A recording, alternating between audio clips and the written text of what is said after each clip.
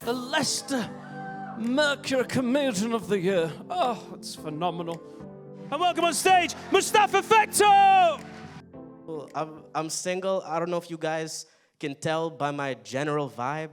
I'm not in a relationship. I'm not good at being in relationships, which I think is fair. I'm 22. That takes time and practice. And I don't have that yet.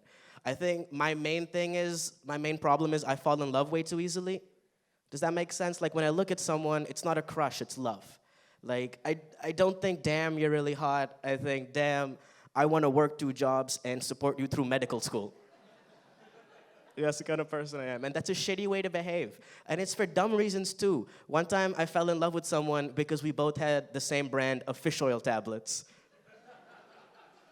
It's stupid. And it's also a bad thing, because when you're falling in love all the time, you're also falling out of love all the time. And that's a shitty way to behave.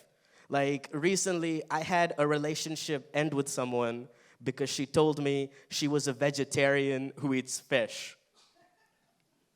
I was like, oh, so you're a pescatarian? Because that's what that is. And she said, no, I'm not a pescatarian. I am a vegetarian who eats fish. A pescatarian only eats fish.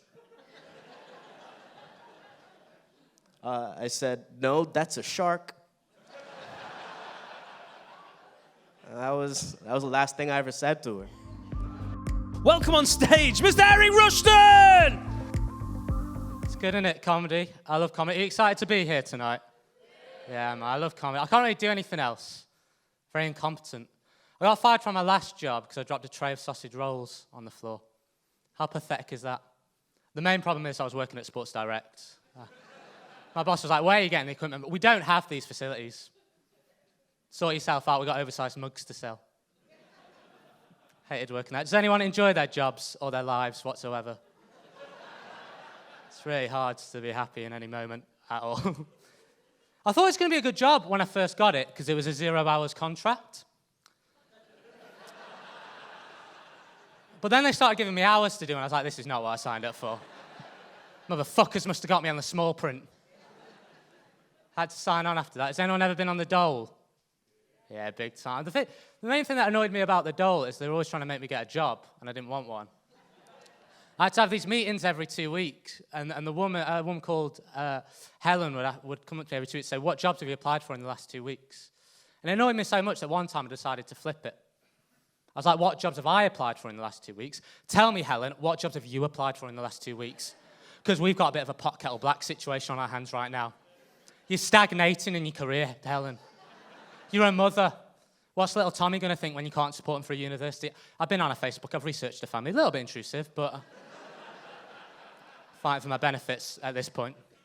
So I had to get a job after that. Ended up working at Gregg's. But I got fired from there because I kept leaving bags of Sondico footballs everywhere. So, Start the applause for Dinesh Nathan! So I've got 2 kids, right? I've got a boy, all right, he's 5 years old and he can talk, right? I suppose he should do, he's 5. And I got a daughter who's 2, so she just started speaking, so it's all broken English, right? So she just copies what he says. But now she sounds like his hype man. He's like, we went to Grandad's house. She's like, Grandad's house!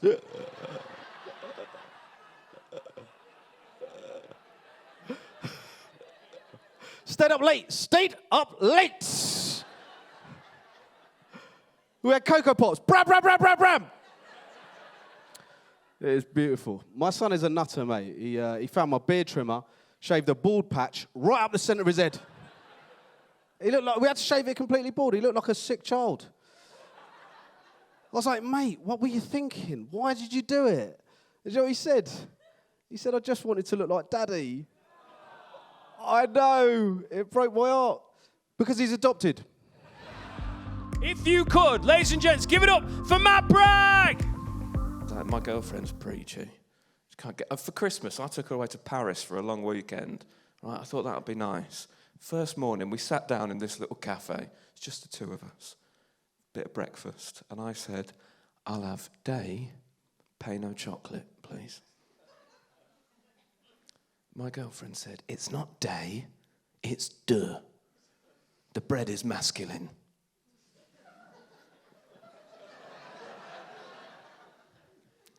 said, well, I mean, firstly, it's 2020. You shouldn't assume the bread is...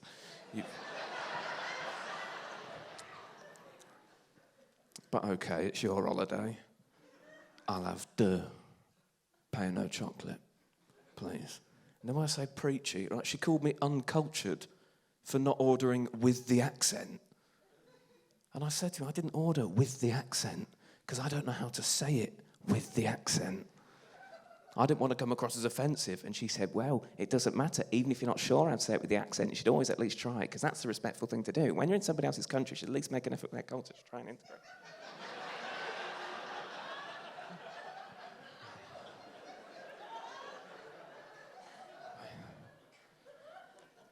I said, all right. From now on, I will always at least try to order with the accent. Anyway, that night we went for a Chinese.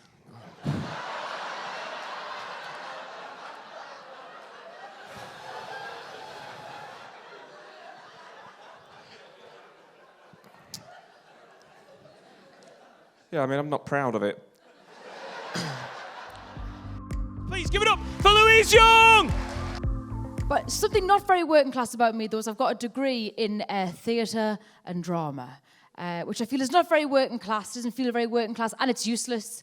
There's no real life skills you get from a degree in drama. There's just not the biggest life skill, honestly, that I took away from my degree in drama, 3 years of it, is I've been left with just enough, and I mean like very, very low level acting ability, to be able to successfully manipulate Valium out of most doctors. That's all it's came in handy for. It's awful. But it used to really get me down. I'd think, oh my God, I've got no actual skills to offer the world, like nothing to put on my CV and stuff. I used to have a lot of time looking for jobs, a lot of time on my hands. You start pondering the big questions in life, you know, like, oh, does God exist? Will capitalism destroy everything? Is it possible to have a relative called Dean who's not in prison? Do £10 notes smell like cocaine, or does cocaine smell like £10 notes? Why do all lesbians over the age of 50 look like Derek Okora? I know he's dead. I know he's dead. I did tell that joke when he was alive. I think it's actually now more fair to tell it now he's dead. Because at least now we can hear it.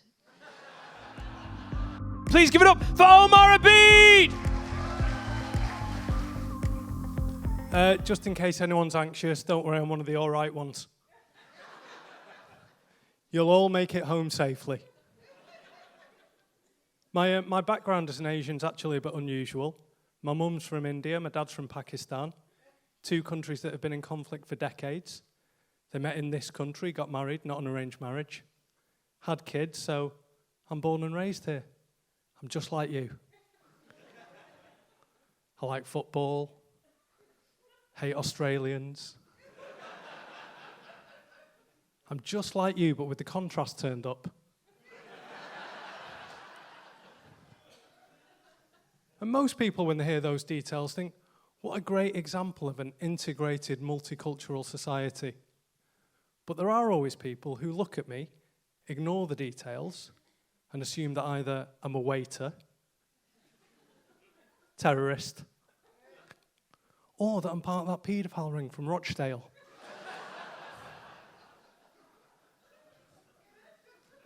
Difficult time to be Asian. Give it up for the good kids! Some time ago when I was thinner, I was hungry for my dinner. Nothing in the fridge and I didn't know where to go. I headed off down to the pub and I asked them what they had for grub, and they told me, we do a cabaret. I said, what's one of them? They told me it was lamb on beef on ham on turkey, roast potatoes extra perky, and a little pool of gravy swimming all around the side. Peas on mash and sprouts on onions, top tough with a Yorkshire pudding and a little row of carrots, cheering you along the way. Come on now, carrots, would you stop? Well, after just one meal, I was hooked. For the next 2 weekends, I was booked. I took myself on secret little trips down to the pub. I used to go every other Sunday, now it's every day but Monday. I'm feeding my family an awful pack of lies, just to get that lamb on beef and ham on turkey, roast potatoes, extra perky, and a little pot of gravy swimming all around the side. Get your armbands, we're swimming, mammy! Peas on mash on cauliflower, eating this'll take an hour. Cabaret's the only meal for me. But then one night the pub was closed, I had to have my dinner at home. I asked my wife to cook me up a meaty treat. Oh, fuck.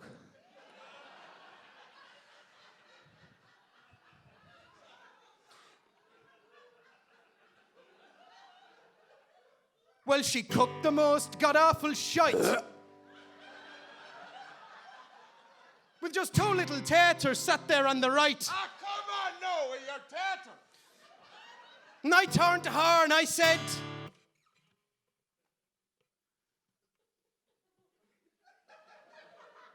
well, what the fuck do you call this now? It's not supposed to be my dinner. Look at it, look at the state of what you put in front of me, Jez. There's 2 little potatoes, like little pebbles, swimming around in a plate of watery gravy, and that meat hasn't come from the butcher's. That's a slice of teddy bear ham. It's not supposed to fill me. Am I supposed to eat that and feel full? Look at me. I'm a big, medium-sized man. Third place tonight. Give it up for Louise Young. Second place is the Union Jack Radio runner-up. It's Matt Bragg. And the winner tonight and the Leicester Mercury Comedian of the Year 2020 is Eric Rushton.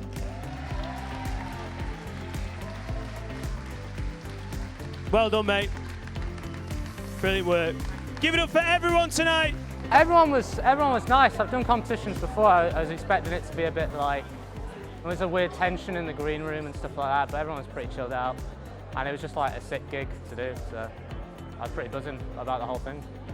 I feel a bit like an imposter right now, I'll be honest, mate.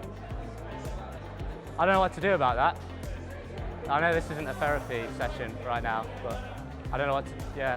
Just so this gives you the opportunity to be seen by like press and PR and agents and stuff, and have something to put on your CV, and hopefully this will help me get more gigs.